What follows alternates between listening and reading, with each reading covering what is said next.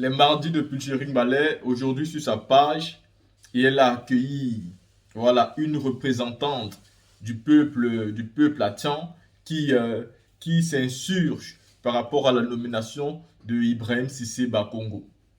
Et donc, sur ça, parce que nous avons déjà publié la vidéo de cette dame sur notre chaîne, pour tous ceux qui ne l'ont pas vu, vous pouvez aller vérifier encore nos vidéos précédentes et vous allez trouver cette actualité. Concernant spécialement l'actualité de la nomination du ministre-gouverneur du district de Tian, d'Abidjan. Et donc, la dame a été invitée chez Pulchering Ballet pour les mardis de Pulchering Ballet et elle a eu à expliquer pourquoi c'était une erreur grave et qu'il fallait la rectifier rapidement. Parce que c'est d'abord un problème de principe, mais justement c'est aussi un problème de loi dont il faut respecter. Donc ici, non seulement M. Ouattara est en train de bafouer un principe qui a toujours été comme ça, et donc aujourd'hui, lui il a envie de changer ce qui a toujours été fait par le père fondateur de la Côte d'Ivoire, c'est-à-dire par celui-là même qui lui a permis d'être ministre en Côte d'Ivoire. Mais à côté de ça, il est aussi en train de bafouer la loi. C'est-à-dire ce que dit la loi par rapport à la nomination des gouverneurs, des ministres, des élections aux députés, les qui ont le droit de l'aide, qui n'ont pas le droit de l'aide, les qui peuvent occuper la fonction de député, les qui peuvent être ministres, c'est-à-dire ce que dit la loi par rapport à tout ça. Pourquoi Alassane Ouattara, une fois de plus, ne respecte pas la loi? Même si nous savons déjà très bien que ce n'est pas un homme qui respecte la loi, que ce n'est pas un homme qui a déjà respecté la loi, que ce n'est pas un homme qui aime respecter la loi, nous devons toujours rappeler à Alassane Ouattara que la meilleure façon qu'un homme peut diriger un pays, c'est d'abord en montrant le bon exemple, en respectant la loi. Ce n'est pas en bafouant les tests. Vous avez tous vu ici, par exemple, que la Cour des comptes, ayant donné tout, c'est-à-dire toutes les preuves que le gouvernement RHDP d'Alassane Draman Ouattara avait volé et dilapidé les fonds publics.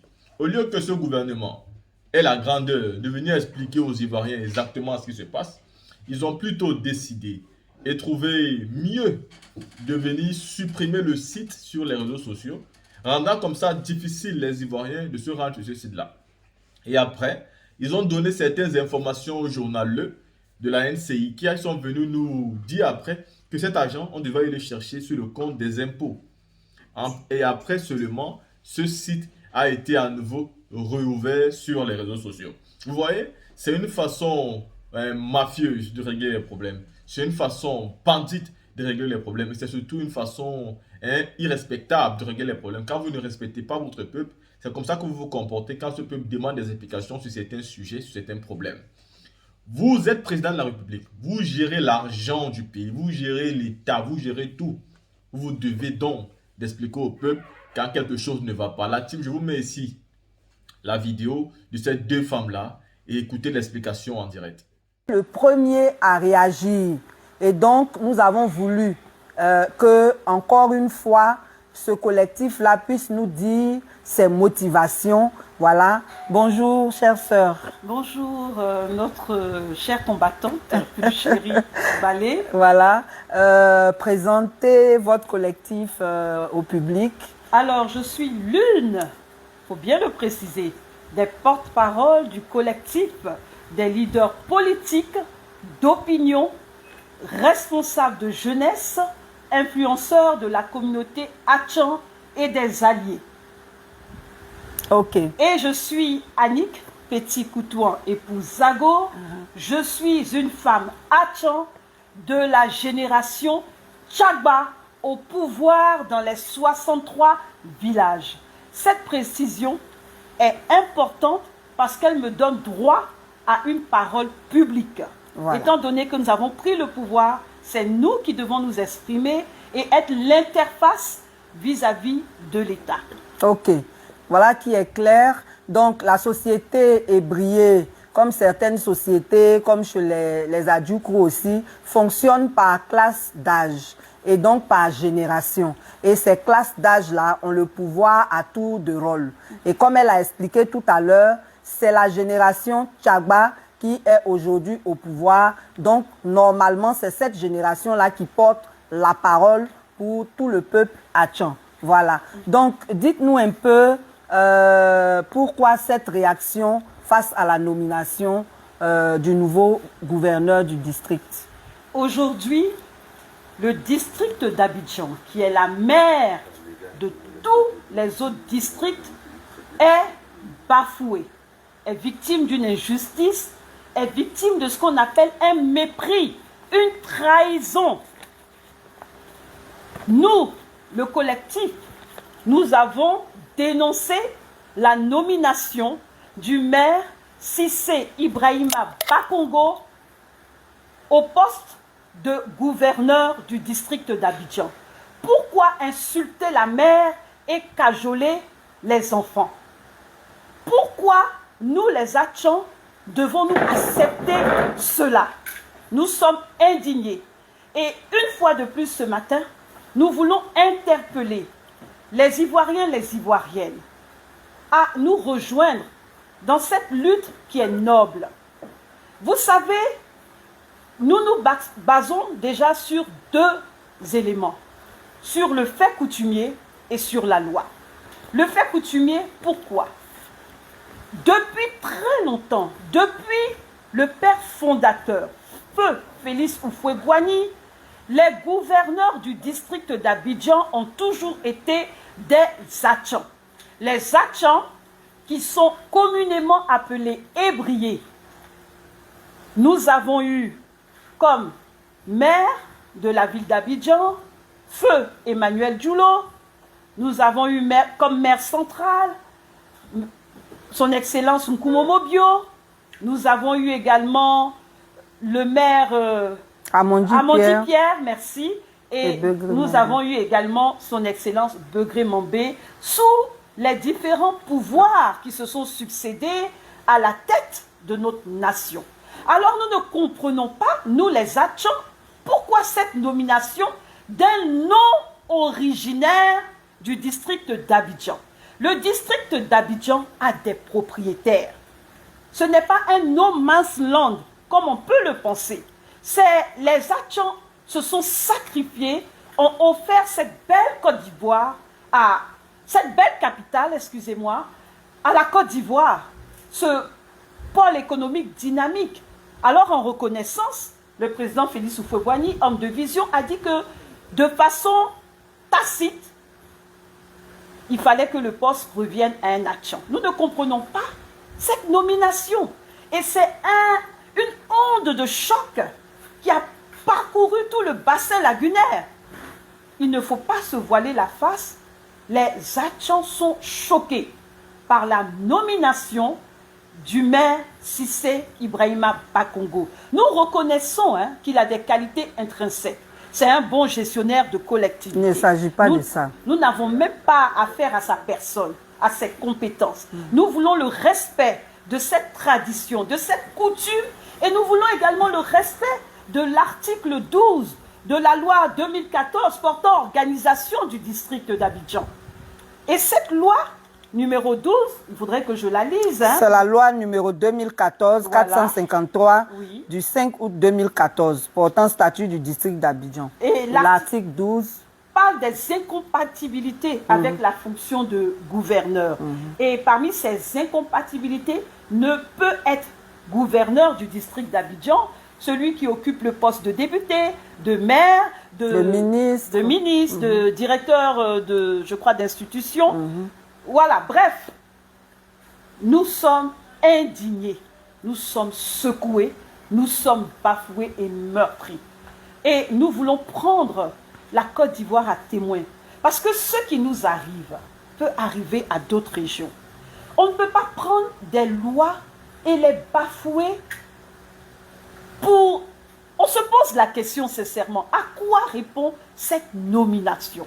À quoi répond cette nomination?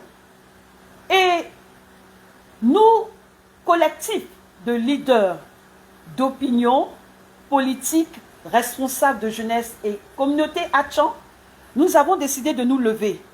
Et qu'est-ce que vous comptez faire concrètement? Alors, nous comptons faire de grandes actions. Déjà, nous avons fait beaucoup de déclarations, mais nous allons faire des manifestations, des manifestations pacifiques.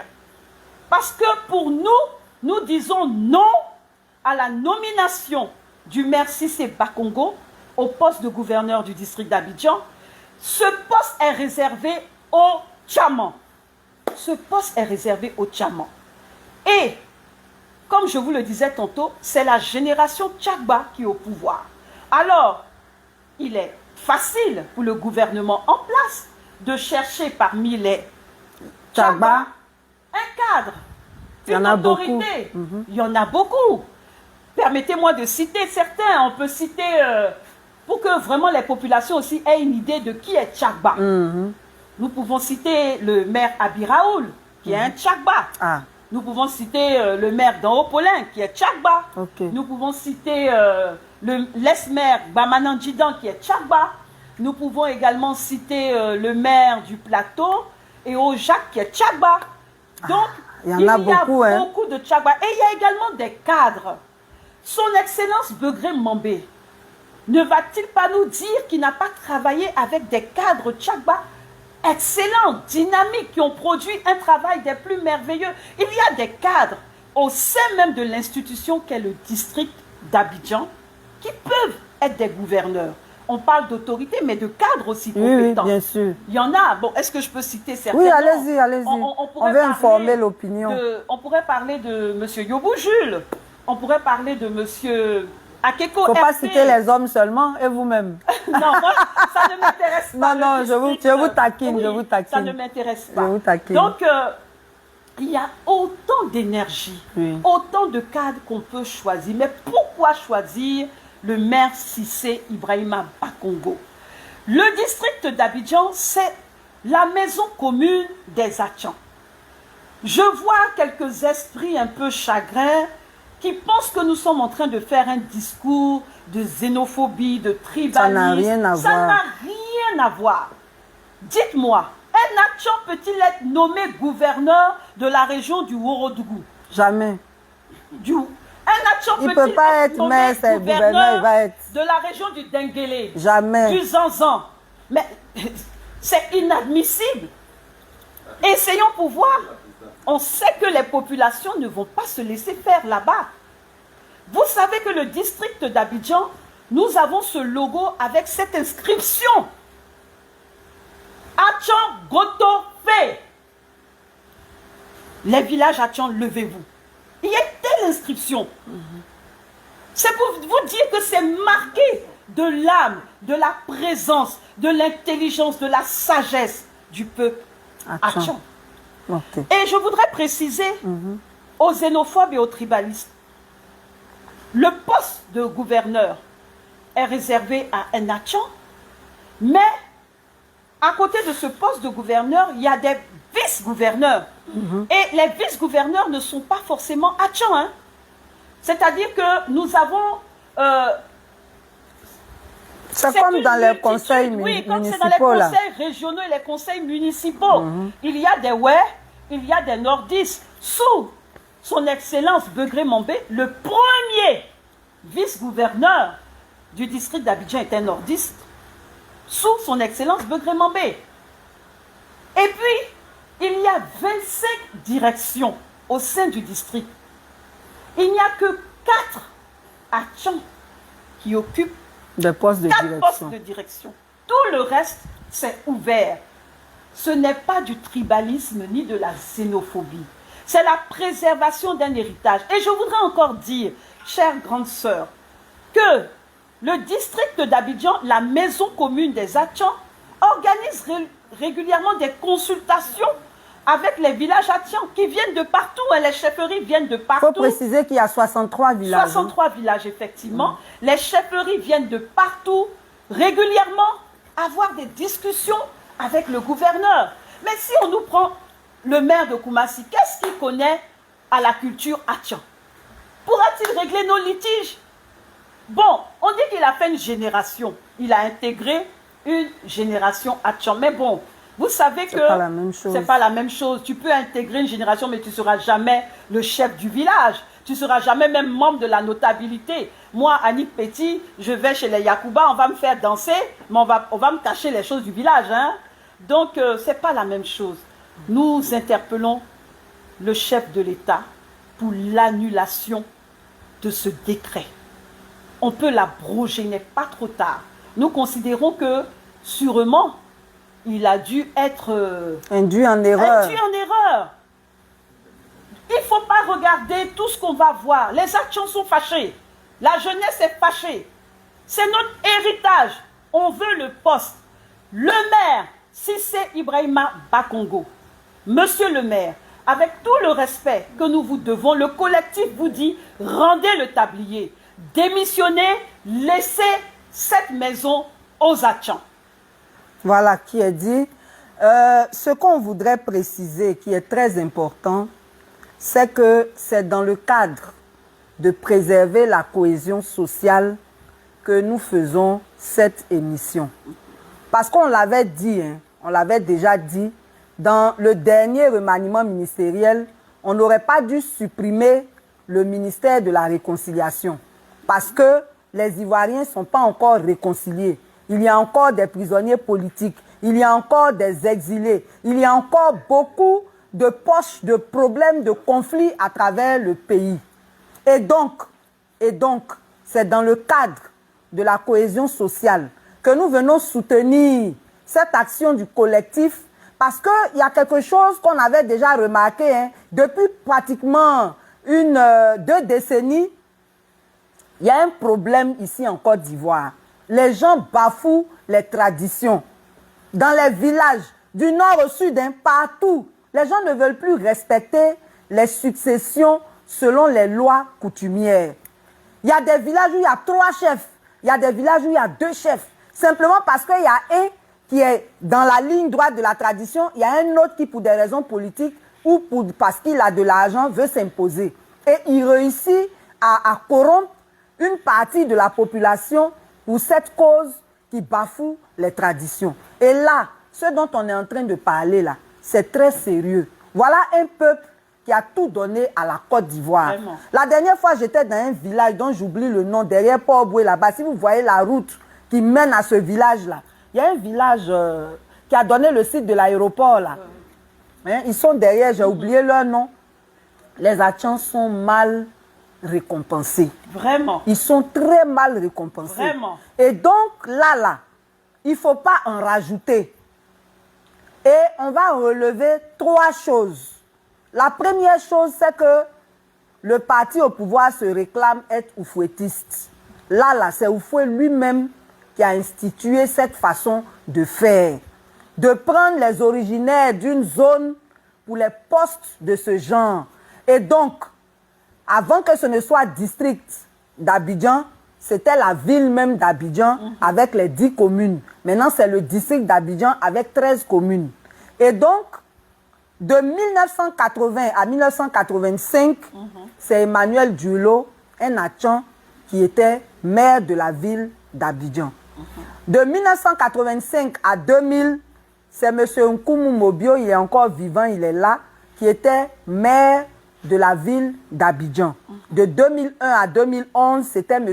Amondi Pierre, tous des Atchans. Le dernier qui a été le premier gouverneur du district, Begré Mambé, qui est aujourd'hui Premier ministre, est aussi Atchan. D'où vient-il que, subitement, on ne respecte plus ce principe? D'autant plus que, quand on voulait annoncer les nouveaux gouverneurs, parce qu'il y avait le district autonome de Yamoussoukro et celui d'Abidjan, les autres n'existaient pas. Et on les a amenés maintenant à 14. Et le Conseil des ministres, qui a consacré ces 12 nouveaux districts-là, le 9 juin 2021, Amadou Koulibaly, porte-parole du gouvernement, a dit, et je cite, permettez-moi de lire, hein, parce que c'est très important. Quand il annonçait les 12 nouveaux gouverneurs du district-là, il a dit, le choix de ces gouverneurs sera porté sur de hautes personnalités, des cadres expérimentés du pays, ayant une proximité avec les populations et étant originaires, chacun d'un de ces districts qui sont appelés à diriger. Ce n'est pas moi qui ai dit ça. C'est le porte-parole du gouvernement qui a dit ça. Ça veut dire que ce principe-là est acquis. Et c'est ce qui justifie qu'à Toumoudi, on prenne Madame Raymond Kofi Goudou, ainsi de suite. On ne va pas les citer tous les 12, mais chacun est originaire de chez lui. Et ça, c'est le porte-parole du gouvernement qui a énoncé ce principe. Au-delà de cela, nous sommes dans un monde planétaire et de façon, on va dire de façon claire, les lois internationales sont au-dessus des lois nationales. Et donc, nous avons fait nos recherches et nous avons découvert la Déclaration des Nations Unies sur les droits des peuples autochtones qui a été adoptée, cette résolution a été adoptée aux Nations Unies le 13 septembre 2007. Je vais vous lire l'article 19. L'article 19 dit ceci.